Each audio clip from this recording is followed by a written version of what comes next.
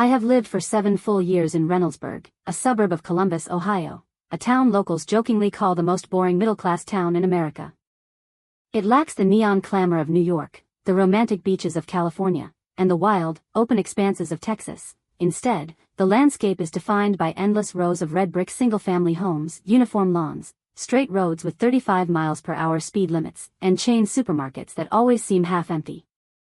Outsiders often imagine middle-class American life as dignified, relaxed, free, and comfortable, but only the ordinary people who actually put down roots here understand the reality. Beneath this veneer of perfect order, the rule of law, and polite yet distant social interactions lie countless daily oddities, trivial, absurd, baffling, and at times both laughable and exasperating. These are not sensational urban legends or fabricated ghost stories. They are real events involving neighbors, colleagues, shop clerks, and passers-by, the lived realities that millions of ordinary Americans must swallow, accommodate, and compromise with, day in and day out.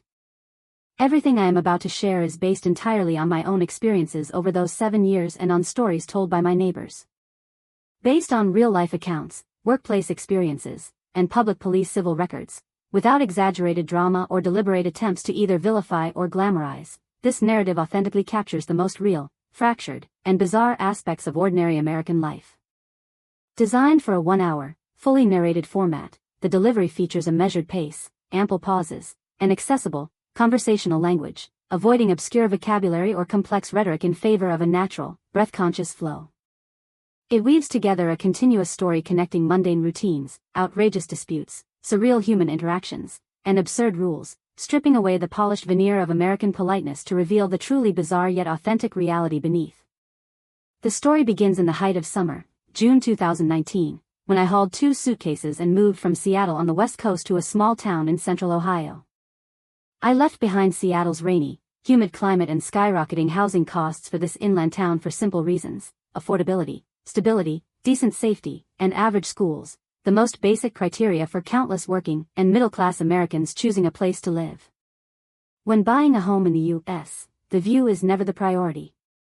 I ignored the glitz and glamour, focusing instead on 3 hard metrics: property tax rates, HOA, homeowners association, bylaws, and the history of neighborhood disputes. Yet, on my very first day, I stumbled into a major pitfall, my first encounter with the kind of bizarre, everyday absurdity unique to the U.S. While American single-family homes appear to be private, freehold assets where the homeowner owns the land, 9 out of 10 suburban communities are governed by HOAs. These private, self-regulating bodies wield authority that supersedes property management and even certain municipal ordinances. Their rules are more petty and heavy-handed than state laws. When I was viewing the house, the agent had breezily remarked, "The community is laid back, and the neighbors get along." But on the day I took possession, I dismantled a rose trellis in the backyard, which had been dead and abandoned for 6 months, and tossed it into a corner of my own lawn. Less than 4 hours later, at 5:30 p.m., my doorbell rang urgently and aggressively. Standing at the door was Margaret, a 65-year-old white woman who lived directly across the street at house number 1 and served as the current HOA compliance inspector. She was dressed in a crisp, neatly ironed beige blouse with a small floral print. Wearing a string of pearls arranged with meticulous precision and sporting the quintessential American fake smile, upturned lips paired with icy eyes. Her opening remark wasn't a polite inquiry about how the move was going. Instead, she produced a neatly printed, official-looking fine bearing the association's seal. Her tone was as rigid as a court clerk's. "Ma'am, you are in violation of the Reynoldsburg Community No. 7 Exterior Maintenance Ordinance, specifically Section 4B-12, which prohibits the accumulation of dry, woody debris in private backyards. You have exceeded the cleanup deadline by 12 hours. The fine is $145, payable online by 6 p.m. today. Failure to pay on time will incur a daily late fee of $15, and the delinquency will be reported to the National Homeowners Credit System." I was dumbfounded. Pointing to the backyard beneath my feet, a space fully enclosed by a private fence, carpeted in lawn, and legally 100% mine, I challenged her, "This is my private property." I placed an old, discarded plant stand inside my own fence. It doesn't block the road, obstruct the light, or create any odor. On what grounds are you fining me? Margaret dropped the fake smile, adjusted her gold-rimmed reading glasses, and deliberately pulled out a thick, 300-page volume of community bylaws, proceeding to. I read the rules, and they were utterly absurd. No withered vegetation, discarded construction materials, idle appliances, or stacked cardboard boxes were allowed anywhere within visible range on private lots. This visible range wasn't defined by the perspective of a passerby on the street, but by the line of sight from a second-story floor-to-ceiling window of any house in the neighborhood. In other words, if a neighbor could see the clutter in your yard while standing at their own second-story window, it was a violation. My pile of discarded plant stands happened to be directly in the line of sight of Margaret's second-floor master bedroom window. Just like that, a $100 fine landed out of nowhere. Furious and bewildered, I demanded to know why private property was subject to control by a private association. Margaret then explained the most absurd underlying logic of American middle-class communities, in the U.S. A house's value isn't derived from the land, the building materials, or the floor plan, but from the community's overall respectability rating. Property values don't rise or fall based on proximity to commercial districts or school zones. They depend on a neighborhood's uniformity in aesthetics, lifestyle habits, and external tidiness. Even if a homeowner drains their savings to pay off a 30-year mortgage and shoulders heavy property taxes to buy the place, the moment your personal lifestyle habits that undermine a community's image of refined respectability can trigger penalties from the homeowners association, ranging from fines, public shaming, and lawsuits to forced remediation. In extreme cases, the association can even petition the court to auction off the property. These are not state laws, but rather the private, self-governing rules common to millions of middle-class American communities, rules that carry immense legal weight in civil disputes. On my very first day, I realized that the concepts of private property rights and personal freedom, so often touted by Americans, were incredibly fragile when pitted against the standards of middle-class respectability.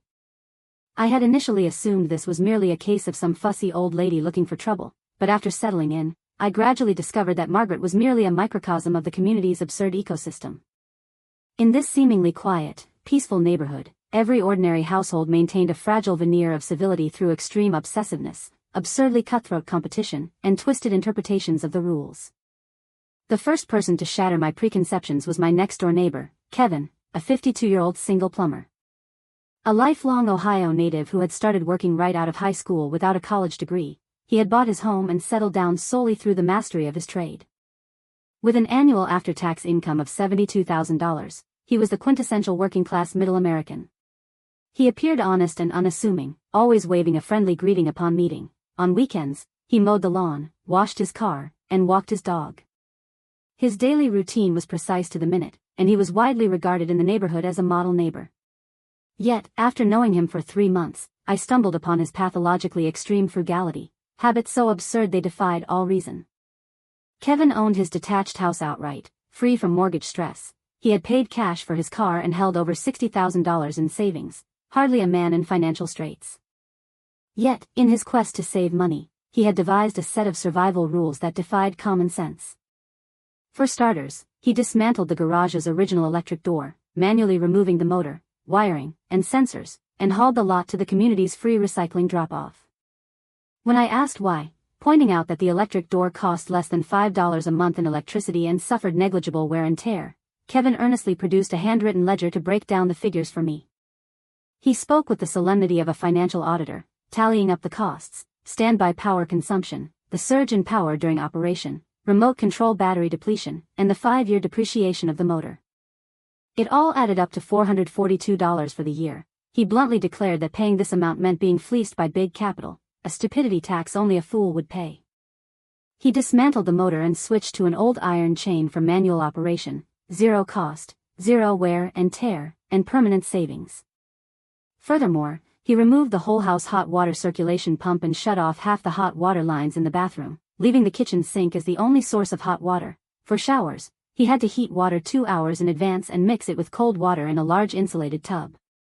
Even during blizzards with temperatures dropping to -10 degrees Celsius, he insisted on washing vegetables in cold water and sponge bathing with lukewarm water, refusing whole house climate control. At night, he ran only a small, second-hand space heater in the living room and kept the heat off in the bedrooms entirely. Whenever I passed his house late on winter nights, the upstairs bedroom was always pitch black, the windows thick with frost patterns, and Kevin would be curled up asleep, wrapped in 2 layers of blankets.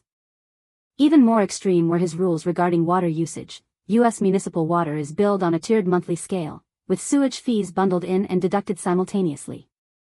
To avoid the sewage discharge fee, Kevin adamantly refused to flush the indoor toilet. Instead, he dug a pit, 1.5 meters deep, in a corner of the woods in his backyard. A makeshift earthen pit and a homemade wooden dry toilet, all daily bodily functions were handled in the backyard, with rainwater washing waste into the soil, a method that avoided municipal sewage charges.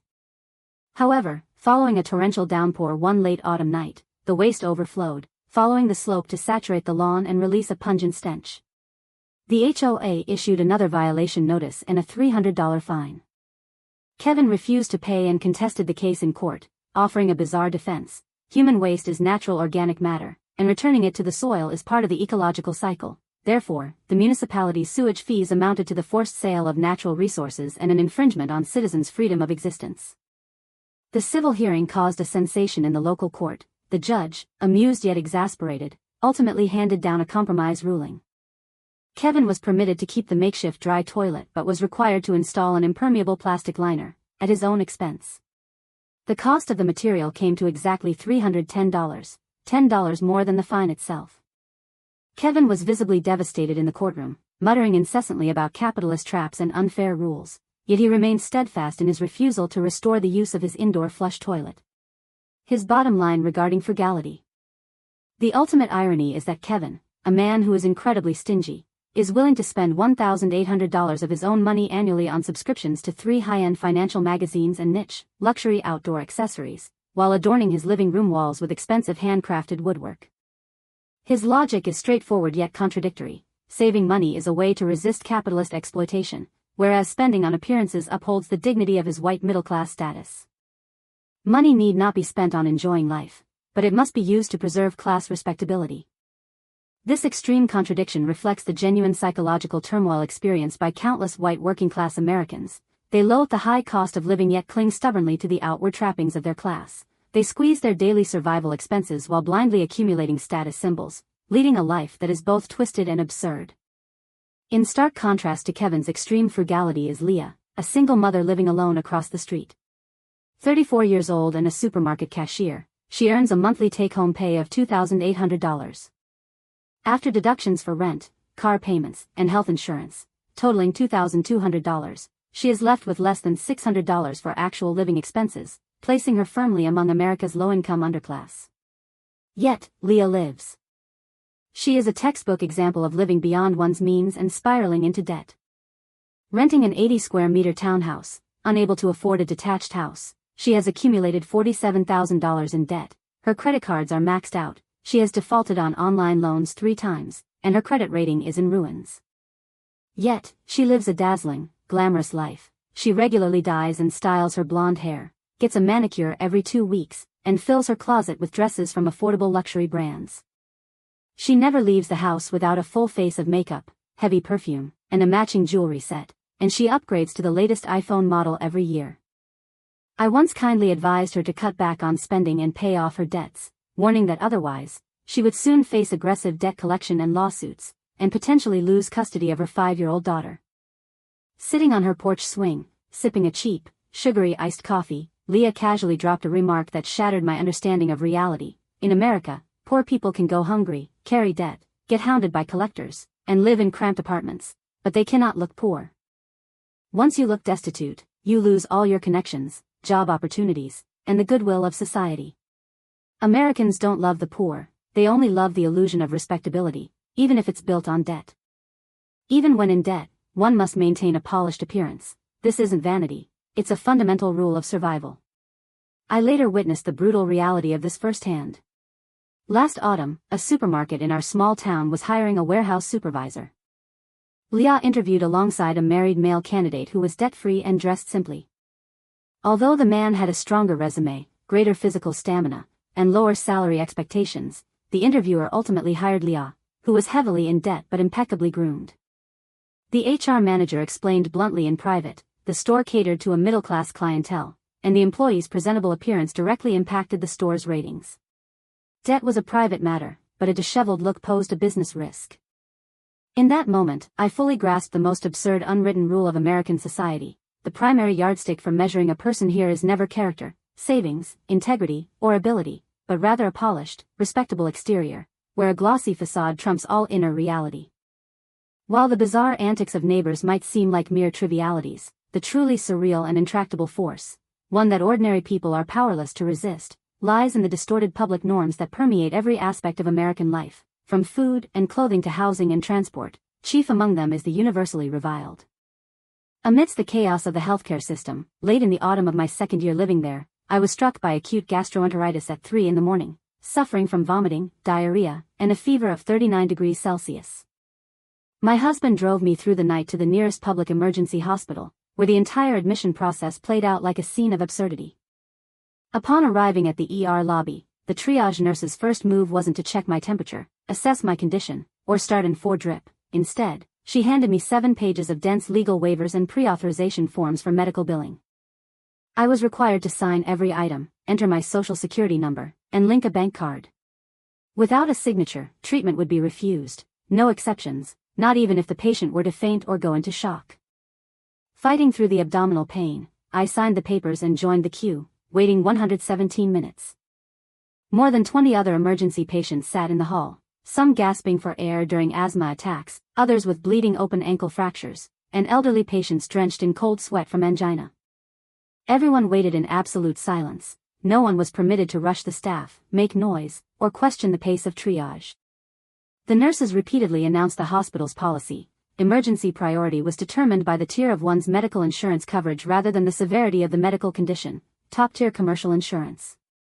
Patients with strong ability to pay are seen first, public assistance or low-income insurance holders are delayed, the uninsured are permanently relegated to the back of the line. Early that morning, an elderly homeless man, relying on welfare and lacking commercial insurance, sat slumped on a bench clutching his chest, his face deathly pale and his breathing shallow. The triage nurse looked on coldly, refusing to triage him at all. Only after he lost consciousness 40 minutes later was he leisurely wheeled into the resuscitation room. The attending physician later complained to us privately about the unwritten rule governing U.S. emergency triage: prioritize patients with high-paying power. Medical revenue takes precedence over the priority of life itself. This is the bottom line for a hospital's survival. We administered 4 fluids, drew blood for tests, and prescribed basic anti-nausea medication. The entire visit lasted 2 hours and 14 minutes. There was no hospitalization, no in-depth diagnostic imaging, and no specialist consultation. Upon discharge, we received an electronic bill totaling $2,187, roughly 15,000 renminbi. This included a $600 fee for occupying a seat in the ER waiting area, $320 for legal services related to paperwork and signatures, and $180 as a shared cost for hospital air disinfection. The medication itself cost only $127. Even more absurd were the insurance reimbursement rules. I pay a high monthly premium of $410 for commercial insurance with 70% coverage, meaning I paid $653 out of pocket. Yet, under low-income insurance plans, the copay rate is as high as 65%. For the exact same treatment, a poor person would have to shell out over $1,300. The most surreal twist occurred during the payment process. The day after the bill was generated, the hospital's legal department sent a separate email regarding an additional charge. It noted that at 4:07 a.m. on the day of the visit, my husband had casually used the free water dispenser in the ER lobby to get 2 cups of water. This triggered a clause regarding hospital-affiliated consumables, resulting in an extra $19 water charge. An official note explained that public drinking water was not a benefit included with emergency treatment but rather a commercial consumable provided by the hospital, requiring a separate fee. At that moment, my understanding of American public services was completely shattered. We are all raised on the narrative that the U.S. boasts top-tier medical resources and comprehensive public welfare, yet for the average person, every breath of air, every glass of water and every sheet of paper requiring a signature comes with a clearly marked price. The rules are defined down to the most minute detail, and the fee structure is absurdly fragmented. Falling ill means not just suffering the physical pain of the disease, but plunging into a labyrinth of overlapping financial traps. Beyond medical issues, what truly torments ordinary Americans at the grassroots level are the ubiquitous and outrageously inconsistent municipal ordinances. Seemingly trivial daily actions can, if they brush up against the law, trigger astronomical compensation claims or civil lawsuits, enforced with a logic that defies all reason or compassion. One summer, I trimmed some low-hanging branches off the street tree in front of my house, a tree that technically belongs to the city's public greenery. I trimmed them at a height of less than 1 5 meters. I didn't damage the trunk or root system, nor did I obstruct any traffic signals. Yet, the very next day, I received a registered letter from the city's legal department imposing an $800 fine. The penalty was based on Ohio municipal landscaping regulations. Ordinary citizens are prohibited from trimming any branch of a public tree, even dead, crooked, or diseased ones. Without a licensed arborist present on site, unauthorized trimming is treated as the destruction of municipal property. I consulted a local affordable attorney, but they offered no solution, noting that cases of this type the regulation is extremely obscure, and the rate of losing an appeal is 100%. To appeal for a fine reduction, one must hire a licensed landscaping expert to produce an assessment report, costing $1,200, making the cost of the appeal far exceed the fine itself. The only practical option is to simply pay up, effectively amounting to a forced admission of guilt. Conversely, regarding public nuisances that actually endanger residents' lives, the municipality constantly shirks responsibility and turns a blind eye. Since the onset of winter, the town has been overrun by wild raccoons, invasive creatures carrying rabies and parasitic mites. They scale fences in packs at night, invading backyards to rummage through trash, shred pet food, and gnaw on exterior wall insulation. For 3 consecutive months, 17 households in the community reported the issue to the Municipal Animal Control Department, demanding the capture, removal, or containment of the wildlife. The official municipal response cited regulations stating that wild raccoons are protected under state wildlife conservation laws as a native species. Residents are strictly prohibited from driving them away, feeding them, striking them, or blocking their path.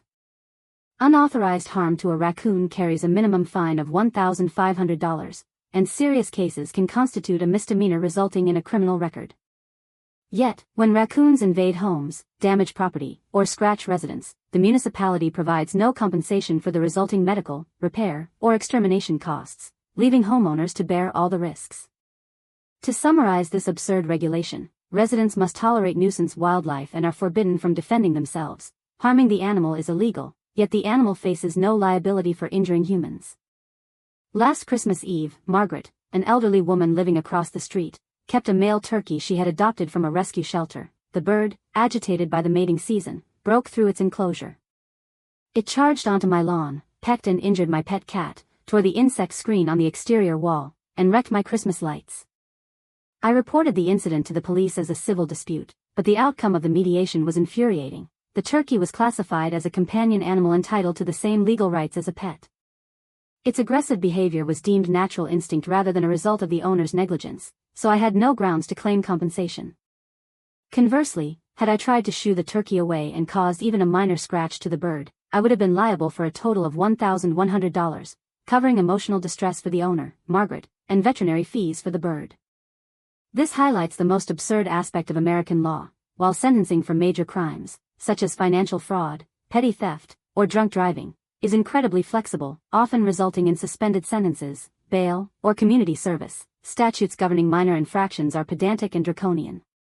Activities like trimming trees on one's own property, shooing away nuisance wildlife, or stopping a pet from attacking someone can all incur heavy penalties.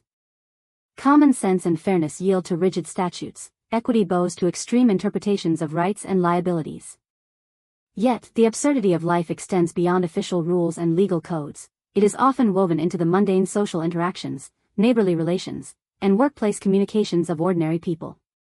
Americans universally champion politeness, inclusivity, and the sanctity of personal boundaries, yet reality often reveals a landscape of extreme hypocrisy, hypersensitivity, and mean-spirited double standards.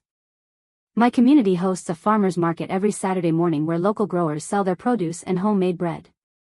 There is an unspoken rule at the market: white vendors can arbitrarily hike prices, shortchange customers on weight, or sell imperfectly packaged goods, yet consumers are forbidden from publicly questioning prices, complaining about quality, or haggling, attempting to negotiate or pointing out a shortage in weight. In such cases, a vendor can simply call the police, accusing the customer of causing social offense or disrupting the market's order. The police tend to prioritize the vendor's account. In the spring of 2025, an Asian neighbor bought strawberries from a local white farmer. While the top layer of the box was filled with plump, red berries, the bottom layer was entirely moldy and mushy. When the neighbor asked for a refund or exchange on the spot, the vendor immediately called the police, claiming the customer was using verbal pressure and creating racial discomfort. Upon arrival, the officers did not inspect the quality of the strawberries or review surveillance footage of the weighing process. Instead, they immediately urged the Asian neighbor to apologize right there. Their reasoning was blunt and hurtful. The farmer's business was fragile, and a consumer's public questioning undermined the community's atmosphere of inclusivity, an atmosphere that took precedence over consumer fairness. Later, I privately asked the responding officer about the incident. He admitted with resignation that there was an internal consensus among local law enforcement. Any issue involving labels like inclusivity, diversity, or decency always took priority over civil fairness, consumer rights, or objective truth. Many seemingly gentle, inclusive social narratives serve as invisible shackles binding ordinary people, while the bizarre, hyper-competitive culture in the workplace acts as an even heavier burden crushing the American working class. My husband works as a mechanical maintenance engineer at a mid-sized machinery manufacturing company in the suburbs. The company promotes a relaxed office culture. Employees can wear slippers, sport colorful hair, display religious ornaments at their desks, and request paid emotional leave at any time. While it appears incredibly free, this facade conceals rules of hyper-competition that run counter to human nature. For instance, the company explicitly forbids employees from praising each other's professional competence or sharing workloads, prohibiting employees from voluntarily assisting colleagues with overtime tasks. Human Resources provided an official explanation. Proactively helping colleagues creates an imbalance in perceived workplace competence, triggers anxiety among weaker employees, and constitutes a form of covert workplace bullying. Publicly praising a colleague's performance upsets the emotional equilibrium of others and violates guidelines for a mentally healthy workplace. Most absurd of all is the paid emotional leave policy, 12 days of no questions asked leave per year. No medical records or explanations are required. One can take leave at any time for a bad mood, gloomy weather, a squabble with a neighbor, insomnia, or anxiety, all while receiving full pay. While this benefit appears heartwarming, it actually compels the entire workforce into a cutthroat rat race. In a department of 8 operations engineers, when individuals take turns randomly claiming emotional leave, those remaining on duty must shoulder double the workload. There are no overtime allowances, no compensatory time off, and no permission to complain about the overload. Any complaint regarding the heavy workload is immediately labeled as a lack of stress resilience or a sign of mental health issues, triggering mandatory paid psychological counseling, during which performance bonuses are deducted, effectively serving as a penalty. In the third quarter of last year, a middle-aged white engineer in the department suffered from 4 consecutive days of insomnia and anxiety and requested 4 days of emotional leave. The 7 remaining staff members had to split his entire production line maintenance workload. Enduring continuous, high-intensity shifts left everyone physically and mentally drained. When someone tactfully pointed out the inequitable scheduling, HR immediately issued an all-staff announcement declaring that the speaker was creating workplace anxiety and deducted 15% of their monthly performance bonus. The freedom of an American-style workplace is never about a relaxed pace. It is about invisible, internal attrition disguised by rules. Life is governed by a web of rigid, layered rules. Behind every seemingly benevolent perk lies a shackle designed to harvest the energy, emotions, and wages of ordinary people. Long-term immersion in this environment, fraught with fragmentation, absurdity, and contradiction, has bred a host of bizarre, inexplicable daily quirks among the locals. Many seemingly mild-mannered, harmless individuals harbor private, obsessive habits that defy comprehension. Take Ella, a 27-year-old night shift cashier at the corner gas station. She is introverted, gentle, soft-spoken, and never one to argue. Yet, upon returning home each evening, she must execute a precise routine without a second's deviation, locking the door at 6:15, arranging the slippers in the entryway at 6:17 so the toes point due north, opening a can of sparkling water at 6:20, left hand on the tab, right hand holding the glass, and sitting in the dark at 6:25. This sequence cannot be interrupted. Should the timing slip by even a second, Ella instantly collapses in tears, trembling uncontrollably, and requires sedatives to calm down. She has consulted psychiatrists 3 times. The diagnosis was not OCD, but rather an order stress disorder born of living under a barrage of petty rules. From childhood through adulthood, school dress codes, neighborhood socializing, lawn mowing, waste sorting, workplace etiquette, life is saturated with countless trivial regulations. Deprived of any margin for error, ordinary people cling to rigid rituals to grasp at a shred of remaining security. Then there is Alan, a 71-year-old retired history teacher. He enjoys a generous pension, has no dependents to support, and lives alone in a large detached house, a home cluttered with brand new, unopened kitchenware and gardening supplies. Tools and holiday decorations were all purchased repeatedly: 46 identical spoons, 39 identical pairs of scissors, 58 sets of identical Christmas lights. He never used the stockpiled items. Instead, he would periodically clear them out, discard them, and buy them all over again. When I asked why, Alan gave a heartbreaking answer: in America, service prices rise, rules shift, and public benefits shrink at a moment's notice, yet the prices of small, tangible goods remain stable. Stockpiling identical, cheap items is the simplest way for ordinary people to cope with a life spiraling out of control and the unpredictability of the rules. The more absurd the social order, the more ordinary people cling to meaningless, repetitive obsessions. After 7 years here, this is the bleakest truth about human nature I have come to understand. Many newcomers dream of American freedom and a carefree, unconstrained life, only to realize upon arrival that the freedom here is selective. The wealthy are free to bend rules, adapt flexibly, and enjoy privileges. The middle class is bound by the need to maintain appearances, hemmed in by regulations, and disciplined by social norms. The poor are trapped by debt, held hostage by the pressure to appear respectable, and at the mercy of the welfare system. Everyone is confined within layers of refined shackles, acting out an absurd daily routine. In spring, neighbors sue over a 2-centimeter difference in lawn mowing height. In summer, a casual remark to a passerby is deemed a social offense. In autumn, a glass of plain water at the ER is billed separately. In the freezing blizzards of winter, the wealthy face legal penalties for cutting off heating to save money, while the poor must treat their own frostbite if they fail to pay the heating bill. Double standards prevail, human connections are cold and distant, and the demand for respectability is etched. Hypocrisy permeates daily life to the very marrow. I have seen white-haired seniors tending their lawns at 4 a.m. Terrified of fines for rule violations, cashiers living paycheck to paycheck, heavily in debt yet putting on a polished front to maintain dignity, middle-class elites who master legal statutes and exploit every loophole, and ordinary residents trapped by wildlife protection ordinances, unable to find peace in their own homes.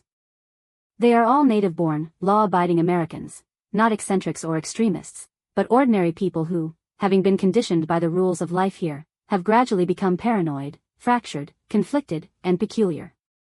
Strip away the absurdity of their bizarre behaviors, and you find compromises forced by the sheer necessity of survival.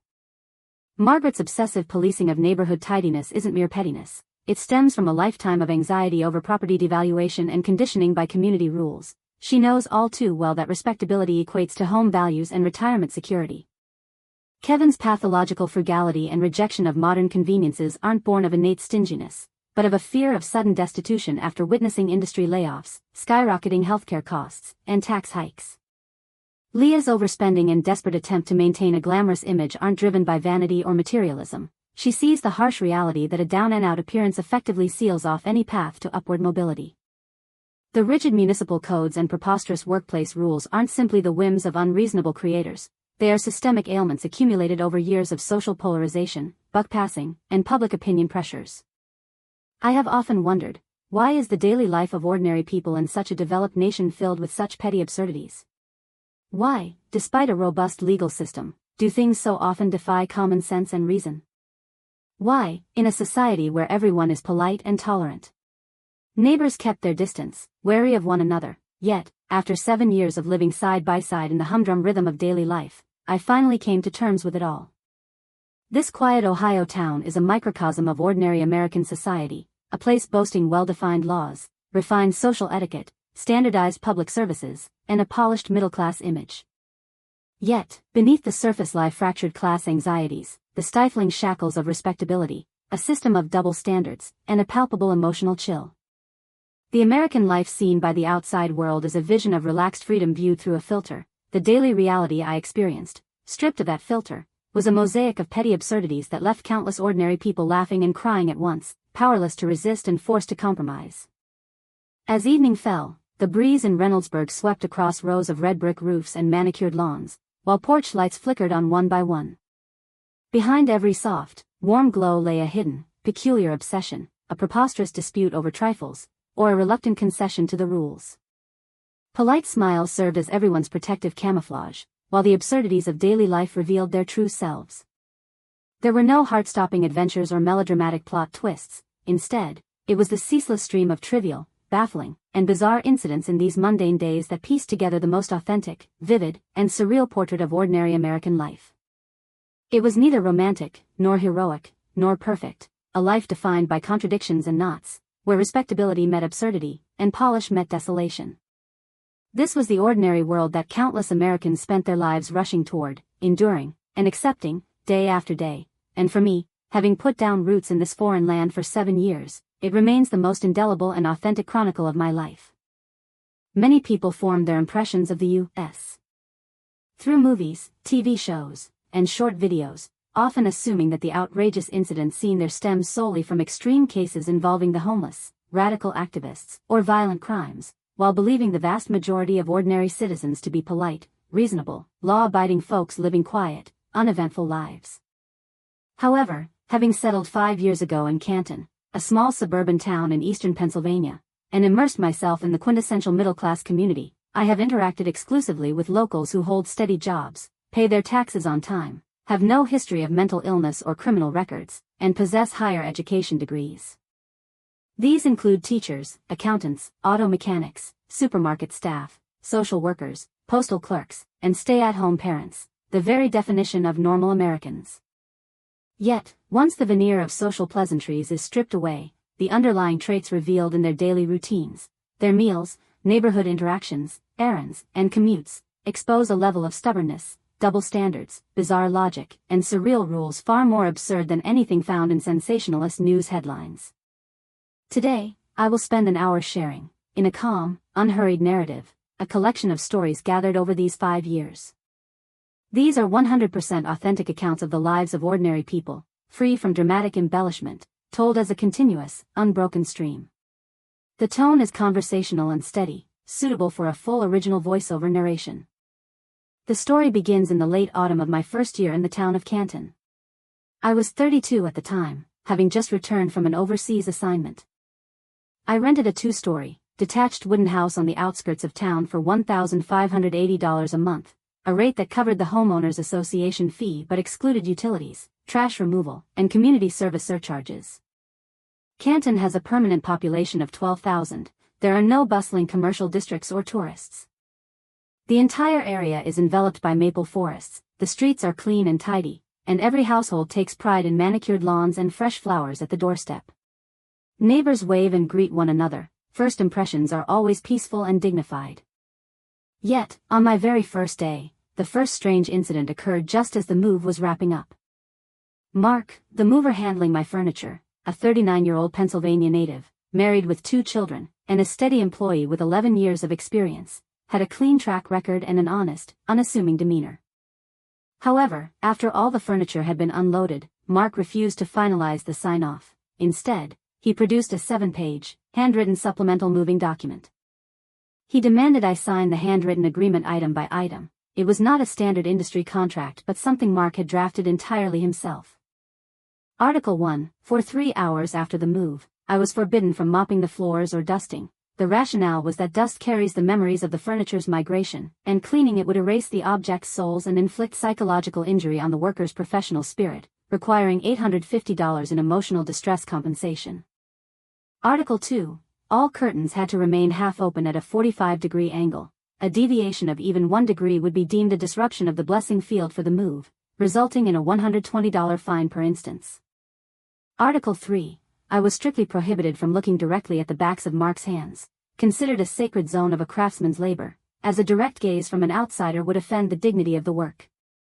Article 4, consuming yellow foods, such as corn, pumpkin, butter, or egg yolks, was banned at dinner that day. Yellow was said to dissipate the luck, ensuring a safe move and could cause future workplace injuries for the crew. If I refused to sign, Mark threatened to unload all the furniture right there and haul it back to the origin while still charging the full moving fee.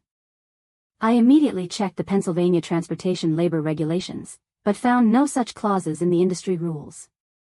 When I challenged Mark on his arbitrary imposition of these regulations, he produced a registration receipt for Community Folk Custom Practitioners. He informed me that manual laborers in the town held exemptions based on local customs, meaning their self-imposed work rules carried legal weight and were tacitly approved by the community's legal department. Complaints, police reports, and legal challenges would all be futile. To avoid massive financial loss and the hassle of hauling the furniture back and forth, I had no choice but to sign every item. After the move, I sat motionless for 3 hours, daring not to sweep, adjust the curtains, or eat eggs, and stared at the cardboard boxes and dust covering the floor. For the first time, I realized how an ordinary, hardworking American blue-collar worker, someone just trying to make a living, could leverage vague folk custom exemptions to invent rules out of thin air and dictate the daily lives of ordinary people. Once settled in, I began to get to know the neighbors. The resident at No.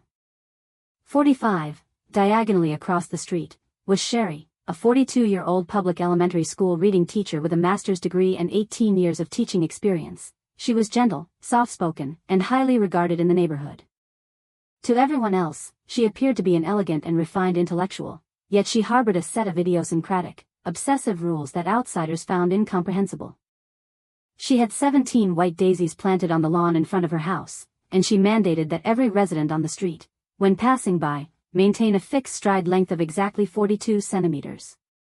Any stride that was too long or too short, or any gait characterized by shuffling or overly brisk movement, was deemed a violation that trampled upon the daisies' emotional energy field and disturbed their psychological well-being. A first offense earned a verbal warning, a second resulted in a handwritten fine of $150. This money was not remitted to the community association but was instead deposited entirely into her personal plant care and affection fund. During my second week in town, I stepped out one morning to buy groceries and walked past her house at a normal, steady pace, my stride deviated by a mere 6 centimeters. Shirley immediately set down her coffee, grabbed a paper citation, and hurried over to intercept me. Her language was polite, yet her logic was absurd. She explained that plants possess sentient personalities and that the daisies constantly absorbed the cadence of pedestrians' footsteps. Irregular rhythms, she claimed, induced anxiety in the plants, anxiety equivalent to animal abuse and thus a minor legal infraction. When I produced a tape measure to verify my stride on the spot, the margin of error was negligible, well within the range of normal walking. Shirley simply produced a supplementary clause to the local neighborhood covenant. She had spearheaded the drafting of this amendment alongside 3 other residents, and the neighborhood committee had tacitly allowed it to take effect. The threshold for amending the town's community covenant was remarkably low. Any 4 permanent residents could jointly propose an addition without the need for public hearings or legal review. And so, a gentle, cultured elementary school teacher used the power of resident-initiated amendments to enact a private law governing the sidewalk in front of her home, dictating the walking rhythm of everyone on the street. For a long time afterward, residents would go out of their way to avoid her house, preferring to take a detour of 200 meters along a side road rather than pass her lawn. It wasn't Shirley herself they feared, but rather that legally binding yet utterly preposterous grassroots amendment. During my first month in town, I visited the community clinic to set up a basic health file and met the nurse, Kara, a 35-year-old with a master's degree in nursing and 8 years of licensed practice. Years of practice without a single blemish on her record. She is meticulous and thorough in her work, and her clinical consultations are highly professional. Yet, she harbors a peculiar internal rule regarding her practice. When residents fill out the occupation field in their registration forms, the use of terms like worker, office staff, or wage earner is strictly prohibited. Kara considers these terms demeaning, viewing them as triggers for her own professional empathetic trauma, and if a forbidden word appears, she flatly refuses to create a file or see the patient, effectively sealing off all appointment records. I once witnessed a building maintenance worker who truthfully listed his occupation as construction worker have his registration rejected on the spot. After 4 consecutive failed appointment attempts, he finally succeeded in getting a consultation only after rewriting his occupation as urban infrastructure collaborative artist. When I later consulted the state medical board, the official response was that a healthcare provider's subjective trauma-related concerns take precedence over administrative form-filling protocols. Medical staff have the right to refuse residents who use inappropriate terminology on forms, a practice deemed both compliant and legal. Here, professional medical staff can alter public medical registration rules based on personal emotions, allowing compliance to override common sense. In November, as the maple leaves fell in droves, the district issued a mandatory ordinance for clearing fallen leaves, a standard rule for towns across the U.S., during autumn and winter requiring property owners to clear leaves from their frontage on schedule or face daily fines. While this was meant to be a straightforward municipal regulation, the town's sanitation inspection team, comprising just 3 local residents with no formal training or qualifications, concocted a bizarre set of criteria for enforcement. First, red maple leaves were classified as positive mood vegetation that required no cleanup, whereas yellow maple leaves were deemed low mood vegetation that had to be cleared within 24 hours to avoid a fine. Second, fallen leaves on a lawn were considered trash, but those on concrete pavement were classified as natural scenery that could not be swept. Clearing them was deemed an act of damaging the natural landscape, also punishable by a fine. Third, sweeping leaves between midnight and 5 a.m. was strictly prohibited, as late-night cleaning was said to disturb the sleep of the earth and violate community ecological customs. The maple tree in front of my house bore a mix of red and yellow leaves. I faced fines for not sweeping the yellow ones during the day, yet I dared not sweep them at night, nor was I permitted to clear the yellow leaves from the street, all within a brief span of time. In the span of just 10 days, I received 3 sanitation-related citations. When I appealed, the community mediator summarily rejected my case, arguing that ecological perception, an inspector's subjective judgment, superseded written municipal ordinances, leaving ordinary citizens with no grounds to contest the decision. During that period, I realized that the vast majority of grassroots conflicts in America do not stem from legal injustice itself, rather, they arise because countless ordinary people hold the power to interpret the rules. Across various sectors, everyday workers, leveraging their job authority, industry exemptions, or collective community backing, package their personal preferences, private prejudices, and inexplicable moods into compliance regulations that constrain everyone's daily life. As Christmas approached, the town began organizing a community parade. The lead organizer was Eileen, a 44-year-old full-time homemaker with no background in civic administration, an ordinary woman known for her kindness and active involvement in neighborhood affairs. Yet, after taking charge of the parade, she issued a series of absurd prohibitions. First, she banned red Christmas gift boxes from the procession, claiming that the color red was conflict-inducing and liable to trigger emotional distress in sensitive individuals. Second, she forbade the parade bands from playing. For musical pieces exceeding 90 beats per minute, the fast-paced melodies create a sense of psychological pressure. The most absurd rule prohibits residents from wearing scarves or gloves made of brown fur, on the grounds that the brown hue resembles bear fur and allegedly objectifies wildlife. The 6-member parade organizing committee, comprising ordinary homemakers, supermarket employees, and bakery owners rather than government officials, holds final authority over parade regulations. Municipal authorities do not intervene, maintaining that community-led cultural autonomy takes precedence. On Christmas Eve, Paul, a 56-year-old local bakery owner, was ordered by the committee to stop selling his Christmas gingerbread, which featured brown icing, and to shut down his stall. The committee ruled that the icing's color scheme violated animal rights. Paul, an honest, law-abiding taxpayer with 30 years in the trade, dutifully complied with the shutdown order, though he later privately vented to me about how, after a lifetime of following the rules, he had ultimately been defeated by color regulations devised by ordinary citizens. In the dead of winter, when a water pipe burst, I booked a local licensed plumber for repairs, Arthur, a 41-year-old professional holding a Pennsylvania license. He is a certified professional with transparent, fair pricing, yet before starting any on-site repair, he insists on 5 preliminary conditions, rules he established himself over his 8-year career. First, all clocks in my home must be stopped during the repair. The flow of time supposedly accelerates metal aging and increases the risk of malfunction. Second, I am forbidden from swallowing saliva while the work is underway. Continuous swallowing creates airflow and magnetic fields that interfere with the precision of pipe connections. Third, all mirrors in the house must be covered with black cloth, as their reflections might refract the spiritual energy of the repair process. Fourth, any wastewater generated during the repair must be collected by me personally and poured out toward the east. It cannot simply be drained into the sewer. Fifth, upon completion, I must recite a specific 4-sentence blessing composed by Arthur himself. Missing even a single word renders the repair invalid, voids the warranty, and forfeits the initial payment, requiring a paid redo. When I visited the town's 2 other licensed plumbers, I found that each had their own unique metaphysical rules. One required homeowners to abstain from eating noodles on the day of the repair, while another insisted that all indicator lights on household appliances be turned off. Industry regulators tacitly approved of the practice, explaining that the blue-collar artisan's faith-based labor was constitutionally protected and beyond regulatory interference.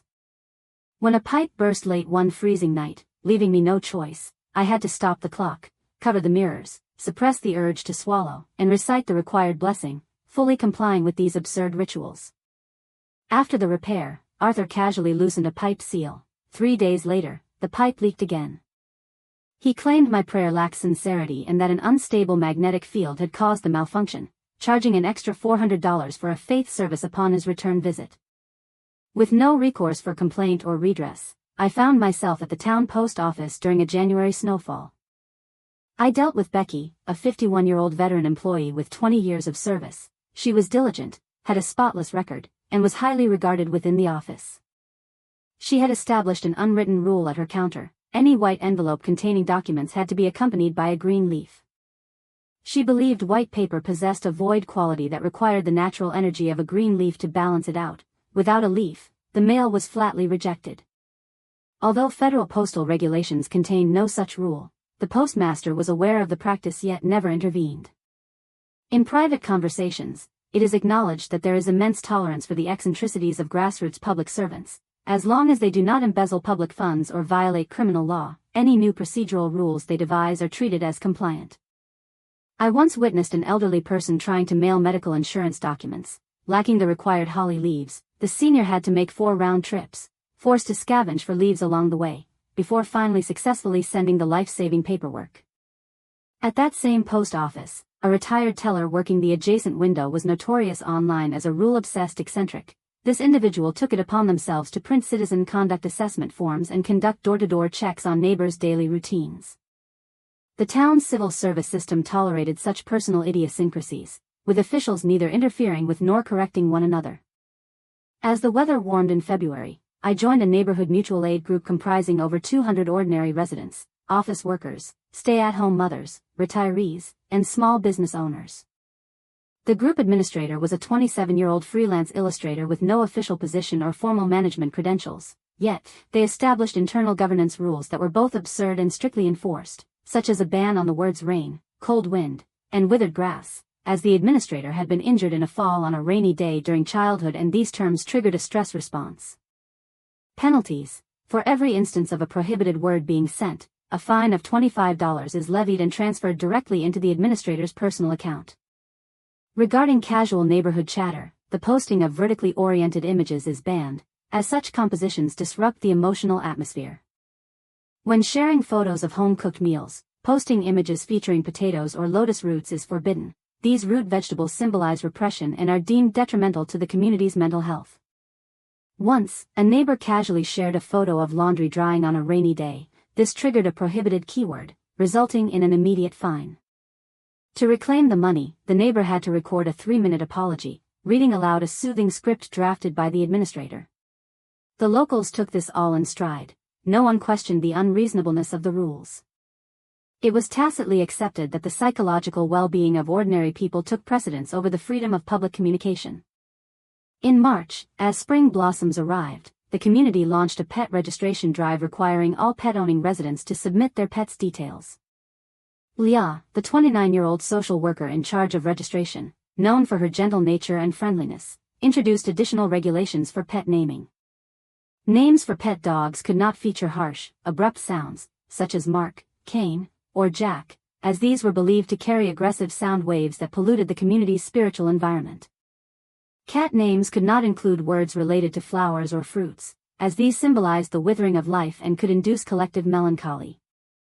Pets with non-compliant names were given a deadline to change them. Failure to do so resulted in the cancellation of their residency registration and forced expulsion from the town.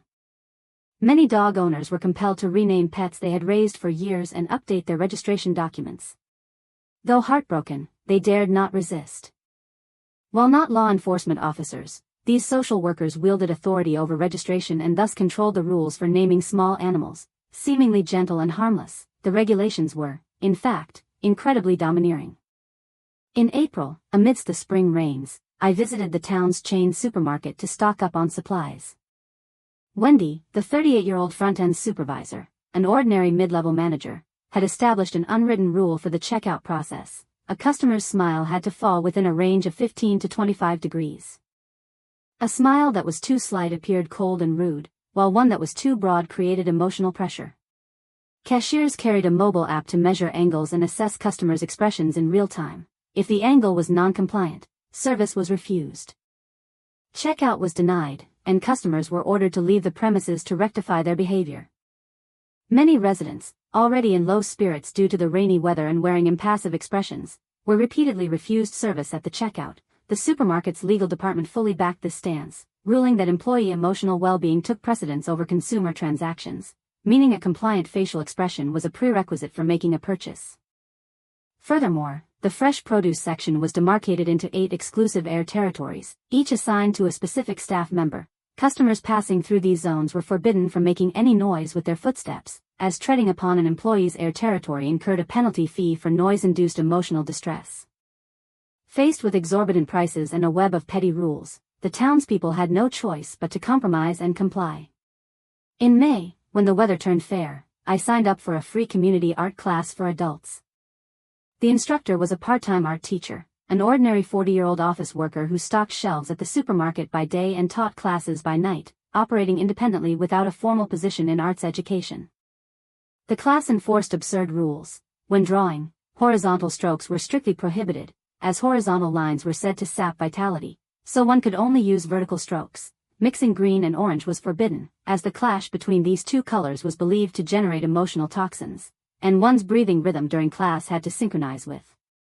The rhythm of the background music and the pace of breathing were out of sync, disrupting the creative atmosphere of the class. The 15 students, all ordinary office workers or retirees, held their breath and moved their pens stiffly. What was meant to be a relaxing, stress-relieving public service class had become tense and stifling. Afterward, I spoke to the instructor, hoping he might loosen the rules. He seemed deeply aggrieved, explaining that he suffered from chronic anxiety and relied on color and specific brushwork techniques to steady his mind. He felt that people should be understanding of the mental struggles faced by ordinary individuals. At that moment, I couldn't argue with him, yet I realized something profound. Behind every seemingly absurd rule lay an ordinary person's inflated sense of entitlement, using their own vulnerability to hold public order hostage. It was early summer, and at the local vehicle inspection center, Dennis, a 47-year-old with 5 years of experience, was handling annual inspections. Known for his meticulousness and rare errors, he was widely regarded by his colleagues as a reliable employee. However, he had unilaterally imposed an unwritten rule: vehicle trunks could not contain black tools, as he believed the color black absorbed the safety luck of the drive. Furthermore, interior hanging ornaments could not feature wood grain, as he believed would. Affecting the driver's focus, on the day of the annual inspection, car owners were forbidden from wearing canvas shoes, as the tread patterns on the soles supposedly disrupted the traffic magnetic field. Many owners spent considerable time modifying their vehicle interiors and changing their attire beforehand. Leadership at the Vehicle Administration Office tacitly condoned this practice for years, citing the need to respect the professional intuition of frontline clerks, which was deemed legally protected and immune to forced intervention. Rulings of non-compliance were based entirely on the clerk's subjective impressions. I once witnessed a private car in perfect condition, flawless and free of defects, fail its inspection simply because a black wrench was sitting in the trunk. The owner's 3 appeals were all rejected. In the sweltering heat of mid-July, the town's open-air swimming pool opened for the season, staffed entirely by local university students working part-time. The operations team was led by a 19-year-old student who issued a set of pool regulations. Swimming was prohibited between noon and 2 p.m. because direct sunlight heated the water, creating an atmosphere of agitated heat, and entering the water under such conditions constituted a form of emotional bullying. Before entering the pool, swimmers were required to spin clockwise in place 3 times to calibrate their body's magnetic field, and individuals with slender builds were forbidden from wearing light-colored swimwear. Paired with light-colored fabrics, conveying a sense of ethereal emptiness that influenced the collective mood of everyone at the pool. In the sweltering summer heat, residents wishing to cool off with a swim had to strictly adhere to pool rules established by university students. The municipal culture and sports department refused to intervene, ruling that the youth's right to self-governance took precedence. During the scorching, drought-stricken month of August, water supplies for lawn irrigation were restricted. The water dispatcher, a 52-year-old retired factory technician and ordinary resident hired part-time for the role, prioritized water distribution based on the moods of the vegetation. Dandelions and plantains received water first, while cultivated lawns and ornamental plants were deferred. Weeds were deemed emotionally sensitive, whereas cultivated flora possessed higher tolerance. Amidst the severe drought, the the meticulously tended lawns of every household withered and died, yet roadside wildflowers thrived with abundant water. The dispatcher explained bluntly that wild weeds grew organically and possessed an innate emotional sensitivity, granting them priority over artificially cultivated vegetation. Water allocation was determined not by property ownership, but by the weighted emotional value of the plants. As autumn arrived in September, I engaged a local real estate agent to handle my lease renewal. The agent was an ordinary 32-year-old woman with a clean professional record and a polite demeanor. On the day the renewal contract was signed, she required me to sign a magnetic field liability waiver. The agreement stipulated that the spectrum of emotions I had experienced while living there over the past year had radiated into the walls of the house. Upon renewal, any negative emotional residue would transfer to the agent, requiring me to pay a one-time emotional detachment fee of 380 yuan. Without payment, the renewal would not proceed. This agreement was not part of the standard documentation issued by the State Real Estate Association but was drafted entirely by the agency itself, a practice tacitly approved by the industry association. Countless tenants and renewing residents paid this inexplicable fee year after year, spending money to strip away the emotions they had left behind in their homes. In late October, the town hosted a farmers' market. The vendors, all local farmers and independent artisans, were honest, down-to-earth people. The market's self-governing committee, composed of 5 vendors, established its own red lines for transactions. Honey vendors were forbidden from using descriptors like crisp sweetness or lingering aftertaste, as such words exacerbated sugar anxiety. Those selling handmade wooden spoons were prohibited from polishing them to a smooth finish, as excessive.